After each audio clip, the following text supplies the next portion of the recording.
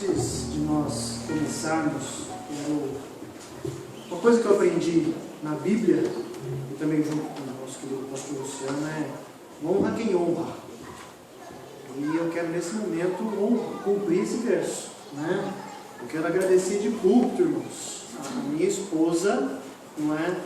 Porque na segunda-feira à noite, quando este que vos fala estava quase entrando em colapso, tentando terminar essa mensagem, ela me ajudou, queridos. Ela me consolou e graças a ela eu consegui terminar a mensagem que eu estou por compartilhar com os irmãos. Amém.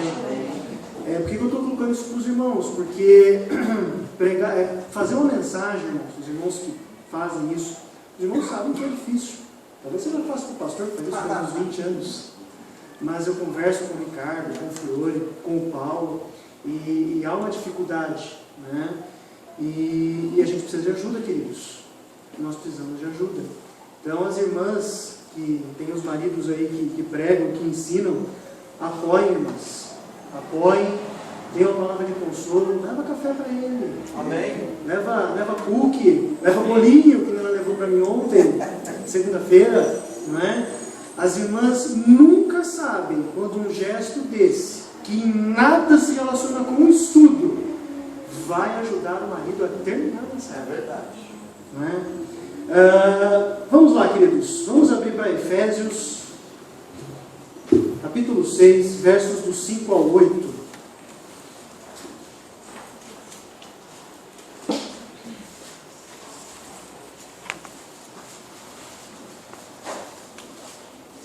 Efésios 6,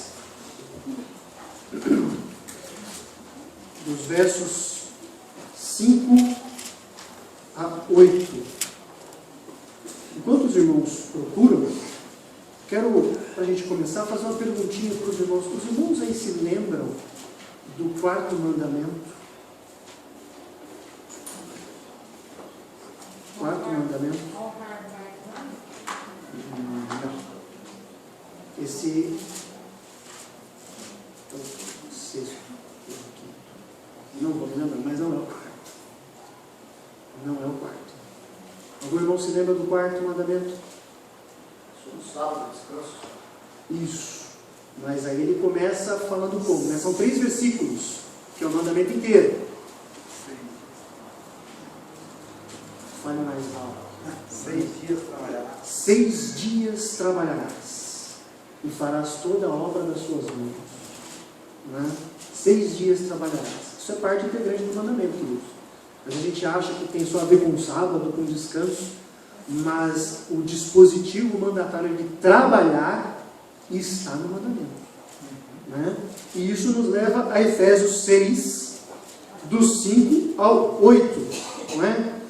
Diz assim a palavra do nosso Deus: quanto a vós outros, servos, obedecei a vosso Senhor segundo a carne, com temor e tremor, na sinceridade do vosso coração, como a Cristo, não servindo à vista, como para agradar a homens, mas como servos de Cristo, fazendo de coração a vontade de Deus, servindo de boa vontade, como ao Senhor e não como a homens, certos de que cada um, se fizer alguma coisa boa, receberá isso outra vez do Senhor, quer seja servo, quer livre. Amém. Vamos orar mais uma vez, queridos. Pai, obrigado, Senhor, pelo privilégio tão grande que o Senhor me concede de poder expor a Tua palavra nesta noite. Pai, esse momento é extremamente nevrálgico no Teu culto, onde o Senhor vai falar conosco de forma direta, Pai. Não que o Senhor não tenha falado antes, mas a exposição da Tua palavra é carregada de valor e importância singulares, Pai. E o Senhor colocou isso nela para que nós dessemos a devida atenção. Amém. Nós pedimos nesse momento, Pai, que o Senhor abra os nossos corações, que nada impeça a penetração da Tua palavra neles, Pai, e que sejamos todos transformados.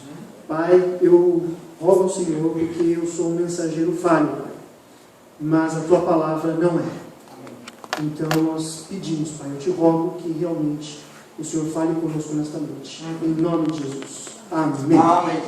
Queridos, quando a gente olha para a vida de trabalho de pessoas que se dizem cristãs, a gente vê um monte de problemas. um monte de problemas. Porque a gente não vê diferença na visão de trabalho dessas pessoas com as pessoas do mundo, não é? Todo mundo tem uma teologia. Eu já falei isso aqui em outras oportunidades, estou falando de novo.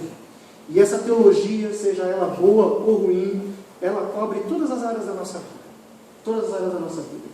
Por isso, queridos, que não existe essa divisão de isso é espiritual, isso é secular, que a gente muitas vezes adota como uma forma aí de nortear a nossa vida, não é? Tudo que a gente faz é teologia e tem implicações teológicas, não é? Então a teologia que eu adoto, boa ou ruim, ela tem um impacto direto no meu trabalho. E esse impacto, queridos, ele é tão grande que o meu trabalho, com a ação de Deus na minha vida, ele tem a capacidade de refletir substancialmente o ideal divino de serviço, não é? Em antecipação ao serviço perfeito que a gente vai ter lá no céu. Então, nesse sentido, o nosso trabalho, eu vou usar aqui de novo só para os irmãos entenderem a divisão secular, é uma espécie de estágio, não é? Onde eu posso refletir a glória de Deus e que me norteia, inclusive, para o meu serviço na obra de Deus na igreja, e precisa necessariamente apontar para o meu serviço que eu vou servir lá no céu, não é? Por isso, queridos, que nenhum mandamento de Deus ele é utilitário, é útil, né? Um fim em si mesmo. O mandamento ele não é algo que existe separado de quem Deus é. Ele não tem como fim o homem. O mandamento ele existe para expressar o caráter e a glória de Deus. Então é muito comum a gente ver os cristãos falarem que fazem tudo para a glória de Deus. Quem nunca ouviu um cristão falar que faz tudo para a glória de Deus? Eu já falei isso muitas vezes. Só que quando a gente vê muitos cristãos fazerem as coisas, e quando a gente vê eles fazerem essas coisas, né, a gente percebe que eles fazem essas coisas com a mesma motivação das pessoas do mundo. Não é? Então, é como se a expressão para a glória de Deus tivesse virado uma espécie de clichê. Uma frasezinha de efeito, bonita, que é proferida assim para causar efeito em quem ouve, mas na prática não tem efeito nenhum. Não é? Então, tem um filme chamado Carruagens de Fogo. Não é? É um filme inglês de 1981, ganhou o Oscar, né? Tem uma trilha famosa do Evangelhos, acho que a Ariel deve conhecer. Inclusive o tema do filme virou tema da São Silvestre, acho que é tema até hoje, não sei, faz tempo que eu não assisto São Silvestre. E fala da história real da equipe de atletismo britânica que disputou as Olimpíadas de 1924. E o filme, abordando essa equipe, ele se foca em dois atletas. Um atleta é o Harold Adams, que era um judeu que sofria com preconceito, sofria com a discriminação por ser judeu. Ele era aluno em Cambridge, maior faculdade lá de Londres, super famosa, conceituada, e ele se torna completamente obstinado na sua busca pela medalha de ouro, né? Então, o Harold Adams, ele corre para mostrar para as pessoas que ele é alguém, né? Que ele precisa ser aceito, ele corre para ser admirado, para ser respeitado, para mostrar para as pessoas que ele tem um valor, não é? E do outro lado tem o Eric Liddell, que é um escocês nascido na China, cujos pais eram missionários servindo na China. E ele mesmo tem um chamado missionário. Ele mesmo tem um chamado missionário. E ele crê que Deus é glorificado quando ele corre. Né? Deus é glorificado quando ele corre. Que Deus sente prazer quando ele corre. Então o anseio dele é ir para a China. Tanto é que depois que ele disputa a Olimpíada, ele vira missionário de fato, ele morre lá como pregador do Evangelho. Não estou contando o filme, gente, isso é história real. Os irmãos podem pesquisar depois a vida do Eric Liddell. Ele morreu no final da Segunda Guerra. Não é? Provavelmente acho que de tifo, uma outra doença lá que ele pegou. E então o anseio dele é ser missionário, mas é glorificar Deus através daquilo que Deus fez nele. Ele é um cara rápido, veloz, mais veloz que o Harold Adams, inclusive. Né? E a sua irmã ele vê isso com uma preocupação, pois ela acha que a dedicação dele, essa questão de treino, Olimpíada, medalha, vai afastar ele do chamado. Né? Mas ele tem uma ideia completamente diferente. Ele diz para ela o seguinte: olha, você tem que entender o seguinte, Jenny, Deus me fez para um propósito. Deus me fez para a China, para ser missionário. Mas Ele também me fez rápido. Ele também me fez rápido. E quando eu corro, eu sinto que Ele se alegra e Ele sente prazer naquilo que eu estou fazendo. E eu creio que Ele é glorificado quando eu faço aquilo, né? Então, para Líbio, a motivação não é ganhar medalha, embora ele esteja se esforçando para isso, treina para isso, mas sim correr para a glória de Deus. Correr para o Líbio não é um pretexto para ele abrir mão das suas convicções para com Deus. Tanto é que quando ele descobre que uma das provas vai ser disputada no domingo, ele vira e fala, não vou correr. E isso, inclusive, provoca a ira do príncipe da Inglaterra, que fala, cara, como é que você não vai correr? Você está louco? O país vai deixar de ganhar medalha por causa de religião? Ele fala, negativo, eu não vou. Se Deus não vai ser glorificado com a minha corrida, eu não vou correr. Eu não vou correr. Então, o que a gente percebe vendo o filme? Ambos os jovens, Líbio, Adams, eles estão na mesma linha de trabalho, eles desenvolvem a mesma coisa, ambos desejam alcançar a medalha, ambos sonham com isso, eles treinam juntos, eles lutam juntos pelas mesmas coisas, eles têm a mesma capacidade, ambos alcançam o objetivo e a excelência, porque ambos ganham medalha. Os irmãos vão ter que assistir o filme para ver como é que o Líbio ganha medalha, mas ele não corre no domingo, não é? Mas eles são absolutamente diferentes. Quando o filme termina, um está cheio de alegria e o outro está frustrado, mesmo ganhando a medalha de ouro, né? Então, ao final, ela nos diz, eu nunca descobri o que é contentamento. Eu estou buscando sempre uma identidade que o mundo respeite. E quando eu consigo achar essa identidade, eu não encontro o que eu estava procurando. Agora, pense no trabalho de vocês, queridos. Qual dessas duas visões é o mais próximo da linguagem do teu coração no que se refere ao trabalho? Né? A maioria dos cristãos, querido, eu acho que não tem teologia do trabalho nenhuma. São como Harold Abrams. Correm para tentar ser respeitado, adquirir algum status, né? Que os cristãos geralmente acabam entendendo de teologia é qualquer coisa que tem a ver apenas com o culto público. Então, assim, houve centenas de pregações, mas nunca relaciona aquilo com o trabalho, ou com qualquer outra área da vida fora da igreja. Não é? Então, é isso que a gente tem que olhar quando nós olhamos para o nosso trabalho. Nós temos uma teologia para o nosso trabalho? Líbio tinha. E a teologia dele abarcava todas as áreas da vida dele. Todas as áreas da vida dele. E agora, por que a gente não tem uma teologia do trabalho, queridos? Porque a gente não entende o mandamento de Deus. O quarto mandamento. 6 dias trabalharás. Né? Não entendemos que ele serve para expressar a glória de Deus, o caráter de Deus. E, no lugar desse entendimento, a gente enche a cabeça com uma série de conceitos mudando sobre o trabalho. Exemplo. Preciso trabalhar, porque senão como é que eu vou comer? É uma frase que a gente escuta, né? Que é o trabalho se não uma desgraça na minha vida? Queridos, isso é totalmente diabólico e totalmente oposto do mandamento de Deus. Né? 6 dias trabalharás. E como a gente leu no texto aqui, trabalhe de todo o coração, como que para Deus. Né? Agora veja que nesse versículo aqui que nós lemos, esse texto que nós lemos, Paulo está se dirigindo a escravos. Escravos, não trabalhadores remunerados. Pessoas que no século I não tinham direitos trabalhistas eram tratados como mercadoria. Então o que isso nos ensina? Isso nos ensina que a teologia bíblica do trabalho ela é tão abrangente que mesmo na vida de um escravo sem direito, tratado como mercadoria, ela é funcional. Significa que esse escravo que não recebia salário, era maltratado, ele poderia ser alegre no seu trabalho se encarasse o trabalho com a perspectiva bíblica. Correto? Não é? Então, por isso, queridos, que, voltando ao começo, eu não posso encarar o mandamento de Deus como algo utilitário, mas sim como algo que faz a minha vida funcionar. A minha vida não funciona fora do mandamento de Deus.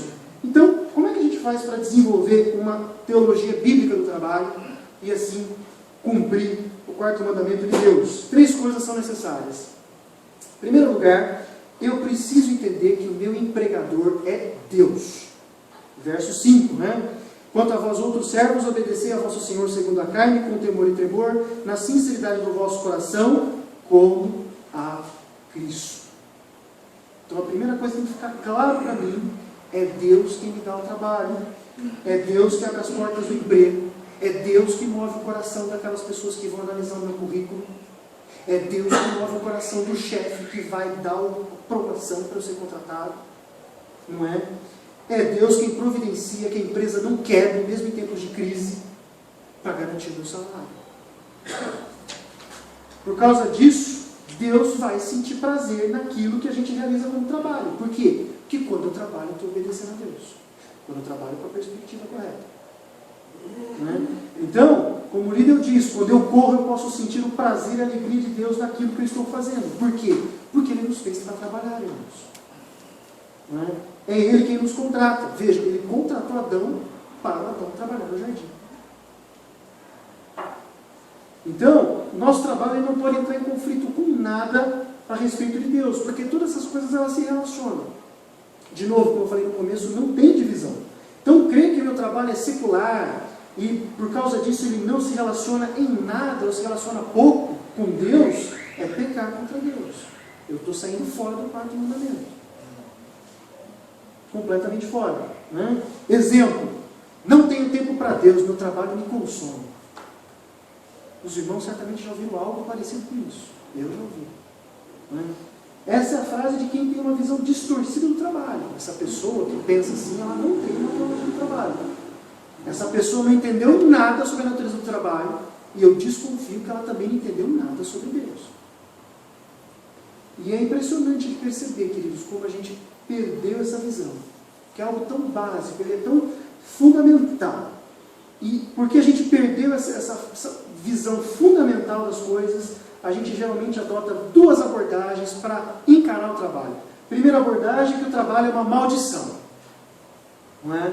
E a segunda abordagem é que o trabalho é uma maneira da pessoa se encontrar, dela atingir um status, dela se achar importante, dela encontrar um valor pessoal, se respeitar e admirar. O Harold Adams entra nessa segunda abordagem aqui. Não é? Então, dentro da primeira visão, que o trabalho é uma maldição, a gente entende que a gente acaba encarando o trabalho como algo que a gente suporta por causa de algo que se chama salário. Então, por causa do salário, eu topo qualquer coisa. Eu suporto qualquer coisa. Porque o salário é o que faz a pessoa trabalhar. Se eu penso dessa forma, eu não sou nem um pouco diferente do descrente que eu tenho a Deus. Em nada. Não é? Então, se eu penso assim, o que eu quero não é a glória de Deus. O que eu quero é ter o salário no final do mês para gastar, como bem entender. E depois eu vejo o que eu faço com Deus no domingo, de manhã à noite. Não é? Agora, o cristão geralmente, quando ele tem um mínimo de noção, ele costuma comprar um item B, né? Que é o que o Harold Adams viveu ali. Né? E ele costuma achar que essa mentalidade é bíblica. Eu trabalho para ter um status, eu trabalho para conseguir ter um valor, para que as pessoas percebam que eu não sou nada, que eu não sou um vagabundo.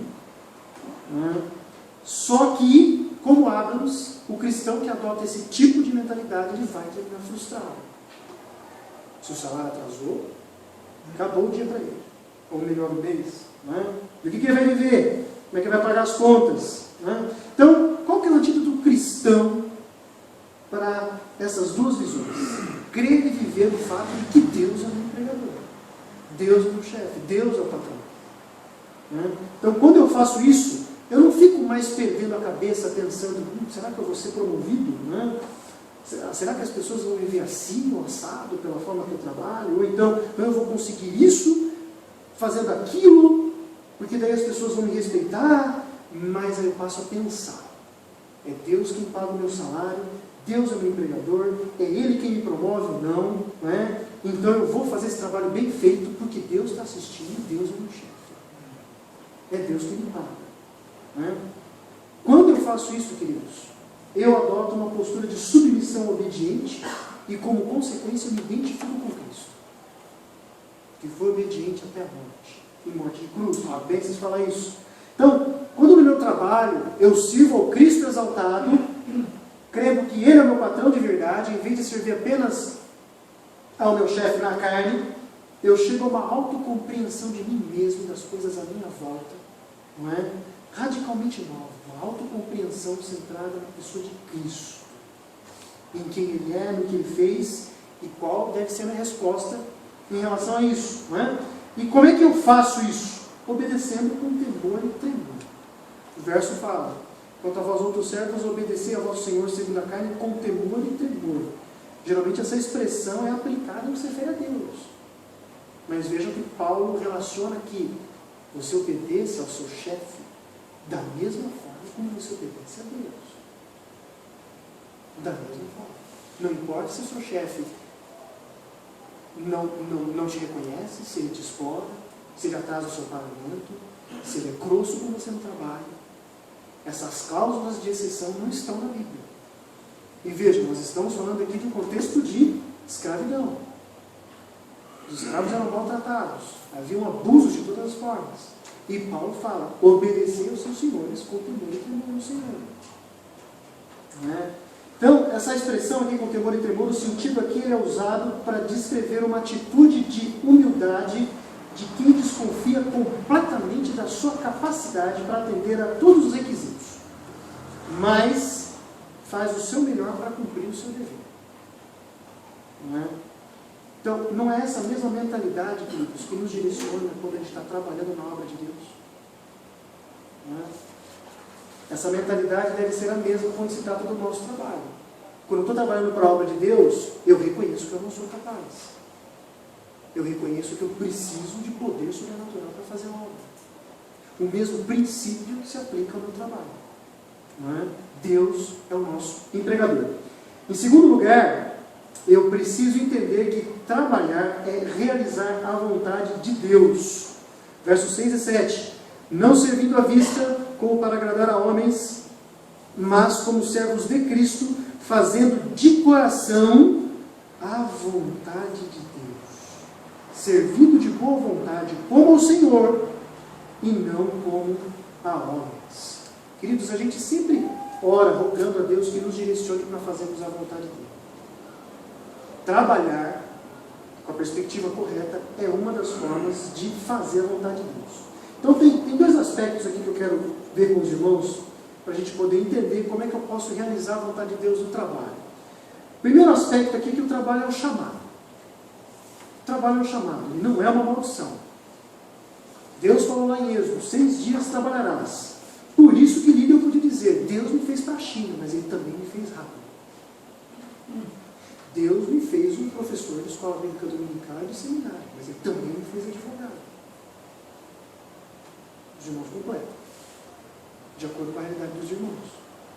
Deus fez o Paulo um empresário, mas fez ele também um pregador da palavra daquela igreja. E por aí vai. Não é? Então, quando Deus me criou, Ele me dotou de capacidades. Então, o trabalho é o meio instituído por Ele, onde eu faço uso dessas capacidades para extrair todo o potencial da criação com a finalidade de ser útil não só para mim, como para os outros. Então, pensem, quantas pessoas tiveram que trabalhar para que nós pudéssemos realizar esse culto essa noite? Quantas pessoas tiveram que trabalhar para poder fazer esse culto de madeira? Esse microfone, a mesa de som que o irmão Claudemir está operando lá em cima. Quantas pessoas? Várias. Não é? Então, quando a gente trabalha, queridos, pessoas são tocadas, impactadas com aquilo que a gente faz. Não é? Não é bom que os irmãos estejam sentados nos bancos? Isso nos impacta, queridos. Se pessoas não tivessem trabalhado para fazer esses bancos, nós estaríamos adorando a Deus de pé. Não que isso seja um problema, mas só para ilustrar para os irmãos o argumento aqui. Então o trabalho é colocar em ordem aquilo que está um caos. Há um potencial real em nós e nas coisas ao nosso redor, e o trabalho significa pegar esse potencial que nós temos, para pegar o potencial das coisas, expandir isso ao máximo, explorar esse potencial ao máximo, para sermos úteis para nós e para os outros. É transformar a madeira nos bancos que os irmãos estão sentados agora. Só que o trabalho foi tocado pela maldição do pecado. Então o que acontece? Eu continuo utilizando o meu potencial, continuo utilizando as minhas capacidades. A criação possui essas capacidades também que eu também vou explorar ao máximo, né? Só que agora eu vou encontrar oposição. Então eu vou estar sempre lutando contra o tempo, contra o cansaço, contra o sono, correndo o risco de acidente de trabalho, doença ocupacional, demissão, assédio profissional, entre tantas outras situações. Mas o trabalho continua sendo o mandamento de Deus e plano de Deus para nós. Então, pergunta, será que eu estou usando todo o potencial que Deus me deu no meu trabalho? Eu estou mesmo? Agora, querido, não importa se você está numa linha de montagem, como o nosso irmão Arielson, na Bosch, ou se você está varrendo o chão. Não importa. Não é? Você é parte da complexidade que Deus criou para permitir que o potencial da criação seja atingido e atingisse mais pessoas, mostrando quem Deus é ao nos criar. Então, quando eu trabalho, eu faço isso. É essa a mensagem que eu estou passando. Quem Deus é quando Ele me criou. Então, podemos e devemos trabalhar com alegria. O nosso trabalho carrega um aspecto de evangelização por causa disso. Né? Então, a minha profissão deve falar a respeito de Deus. Faça isso como para o Senhor. Martinho Lutero, ele disse, certa vez, o mais humilde serviçal pode varrer o chão para a glória de Deus, e seu trabalho é tão infundido de tamanha dignidade de glória, quanto a melhor pregação do maior pregador que o mundo já viu. Então não importa o que você faz, querido. O seu trabalho é dotado de valor intrínseco, porque Deus deu a ele esse valor. Essa é a visão bíblica protestante que nós adotamos. A visão católica é diferente, então ela trabalha com uma maldição. E essa é a nossa herança brasileira, né? Por isso que países com tradição protestante, o salário de desemprego é alto, mas as pessoas, elas ficam deprimidas, depressivas, só de pensar em receber sem produzir. Aqui no Brasil é diferente, o camarada adora ficar em casa recebendo para não poder trabalhar. Né? E tem o segundo aspecto aí, que o trabalho ele é culto, queridos. Verso 6, de novo. Não servindo à vista como para agradar a homens, mas como servos de Cristo, fazendo de coração a vontade de Deus. Se este verso não estivesse aqui, e você lesse ele isolado, você fala, caramba, eu estou escrevendo um conto. Estou escrevendo um conto. Mas está no contexto de trabalho. Né? Servindo à vista, essa expressão é bastante interessante. O serviço realizado somente sob os olhos do mestre. É aquele serviço que ele só existe quando o mestre, quando o patrão está presente. Então o patrão está presente, eu sou diligente no trabalho. O patrão se ausenta, eu viro relaxado. É isso que a expressão está querendo dizer. Não servindo à vista. Não é o que a gente exorta frequentemente nos cultos, queridos, quando a gente vai falar sobre o serviço na obra de Deus. Irmão, não serve à vista, para agradar os outros, mas para Deus. Seu serviço é para Deus, seu serviço tem que ser para Deus. A gente não cansa de falar isso. O mesmo raciocínio é para o trabalho. Então você no trabalho é igual a você no culto. Não pense que a sua espiritualidade está reservada ao culto público, porque ela não está.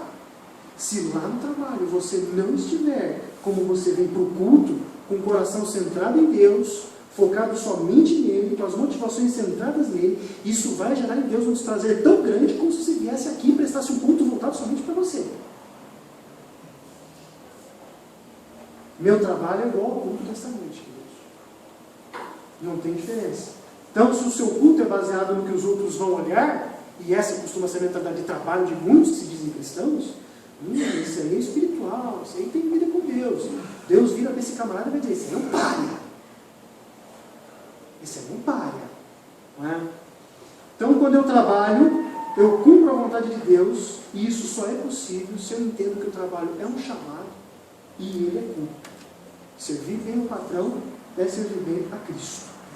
Em terceiro e último lugar, eu preciso entender que a teologia bíblica do trabalho traz consequências. Verso 8. Certos de que cada um, se fizer alguma coisa boa, receberá isso outra vez do Senhor, quer seja servo, quer livre. Não é? Então, se a gente entende que Deus é o nosso empregador, que o trabalho é o chamado, e por isso mesmo uma forma de culto e adoração, nós necessariamente faremos de forma habitual aquilo que Paulo fala aqui, né? Se fizer alguma coisa boa. Né? Porque a melhor tradução aqui seria tendo feito alguma coisa boa, porque o tempo no grego aqui, esse se fizer parece assim, se o cara fizer, mas o tempo aqui no original, que é o tempo que nós não temos na nossa língua, seria melhor traduzido como, certo de que cada um, tendo feito alguma coisa boa, eu não estou trabalhando com si, eu já trabalho com uma possibilidade real. O cara muito provavelmente fez alguma coisa boa, eu vou ter recompensa, né? Então a gente vai fazer necessariamente de forma habitual essas coisas boas. Agora, que coisas boas? Os que estão nos versículos anteriores. Obedecei ao vosso Senhor com temor e tremor, na sinceridade do vosso coração como a Cristo, não servindo à vista, com qualidade a homens, mas como servos de Cristo, fazendo de coração a vontade de Deus, servindo de boa vontade como ao Senhor e não como a homens. Não é? São essas coisas boas. E Deus nos promete devolver isso. Como? Tem dois aspectos aí nessa recompensa. Tem primeiro o aspecto terreno. Diz respeito diretamente à questão do nosso trabalho. Né? Considerando que a gente disse aqui que o trabalho é uma forma de culto, o que acontece comigo quando eu presto um culto agradável a Deus? Ele nos aceita, fortalece a nossa fé, nos faz crescer, né? E nos concede bênçãos. Né? Agora, a verdade mesmo, querido, é que você vai amadurecer, você vai ficar mais parecido com Cristo, e você vai poder dizer, como Jó disse, agora os meus olhos te veem. Agora os meus olhos te veem.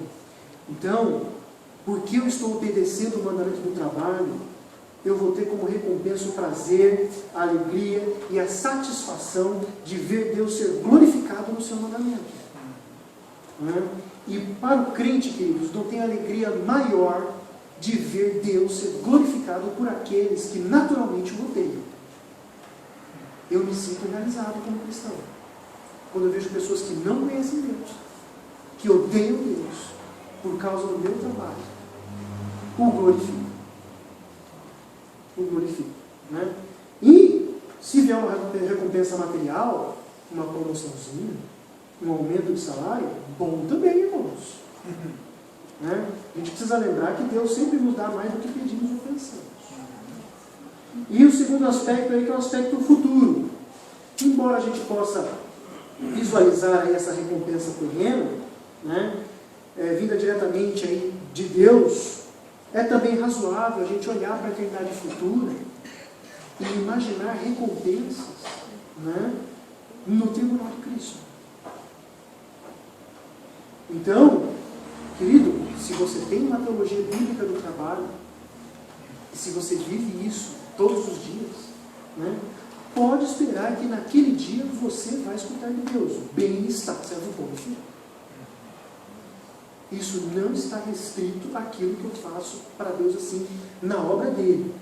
Até porque, pelo que nós estamos falando aqui, trabalhar é também fazer a obra de Deus. Né? Então, eu não posso ficar apenas aguardando uma recompensa material, embora ela pode vir também, né?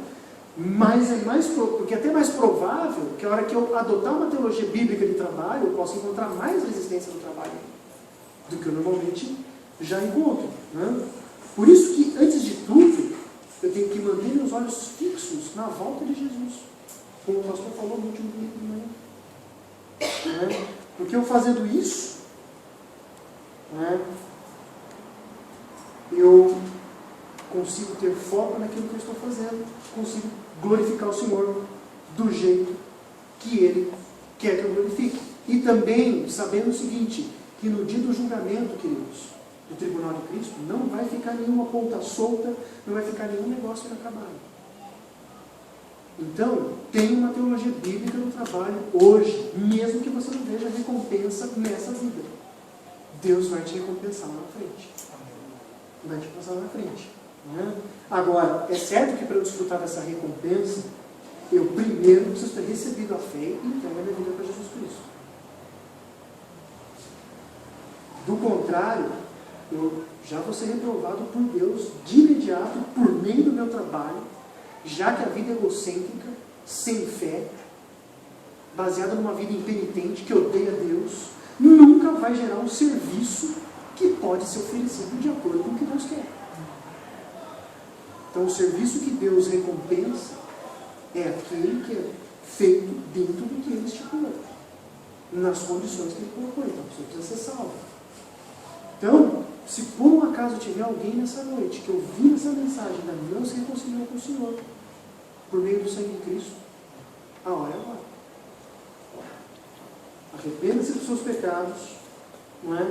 Converta-se agora, e aí você vai ter o seu trabalho aceito por Deus e você vai poder desfrutar dessa recompensa. E além dessa recompensa, ele vai te dar a vida eterna. Olha que bênção, não é? Queridos, vamos concluir. Finalidade do trabalho não é o crente, não é? O trabalho não é uma maneira de a gente criar um nome para a gente mesmo ou um reconhecimento. O trabalho é um mandamento de Deus. Então, obedecer esse mandamento significa refletir a glória de Deus e experimentar o prazer dele em nós conforme nós vamos obedecendo a Ele. Não é? Então, Deus é o nosso empregador, o trabalho é um chamado, o trabalho é uma forma de culto e adoração, e há recompensas terrenas e espirituais se eu vivo de acordo com essas verdades. Então, querido, se você por um acaso é infeliz com o seu trabalho, tem 3 coisas que eu vou pedir para você considerar e pensar. Primeira coisa, confira o seu motivo pelo qual você trabalha. Por que é que você trabalha? O que te motiva? O que te dá um gás para você trabalhar? E se for o motivo de um ímpio, você não entendeu o que é o trabalho. Não é? Você não entendeu que o trabalho é uma forma de culto. Você acha que o trabalho é um meio para você adquirir coisas que você gosta, coisas que você quer, coisas que você deseja. 2, certifique que você entendeu que o trabalho é uma vocação, um chamado de Deus. Não se dá trabalho para o filho para que ele não fique na rua.